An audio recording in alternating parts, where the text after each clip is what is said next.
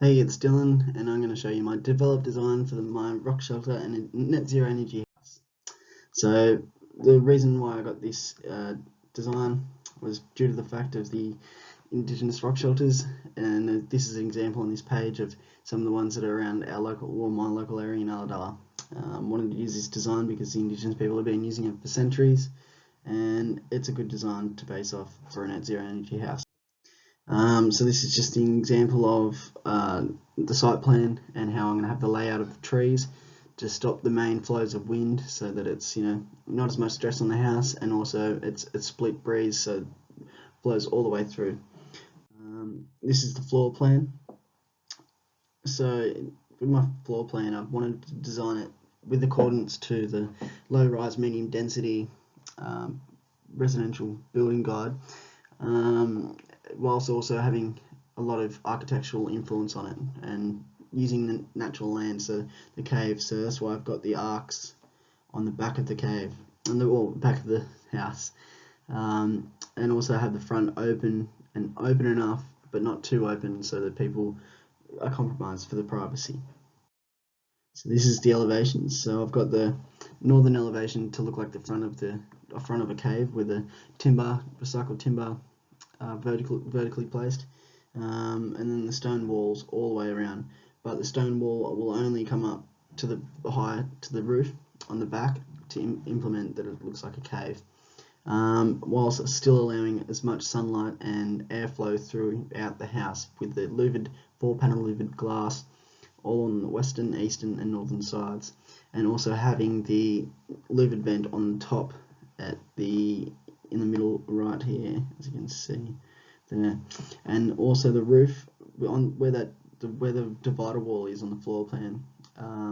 There's going to be a 1.5 meter gap between the roofs, so that the airflow, hot air that stays in here through the summer, can and will flow out the top, so that it reduces heat during summer.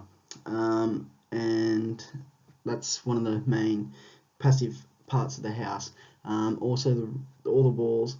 The walls are the R rating of 7.9, which is a bit of an overkill, but it's going to be perfect for insulation because it's great. And in Wollongong it's suggested to be 2.5 for walls, and it's 4 to 6 R value for the roof, and the roof is as well 7.5.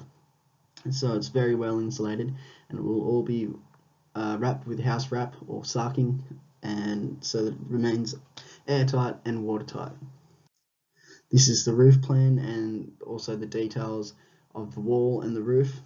I've had to design the roof in the way that it is, so that it can maximize sunlight for the solar panels that I'm going to be putting on there. So I'm planning on putting 16 250 watt 1.6 by 1 meter panels, and they will charge a 4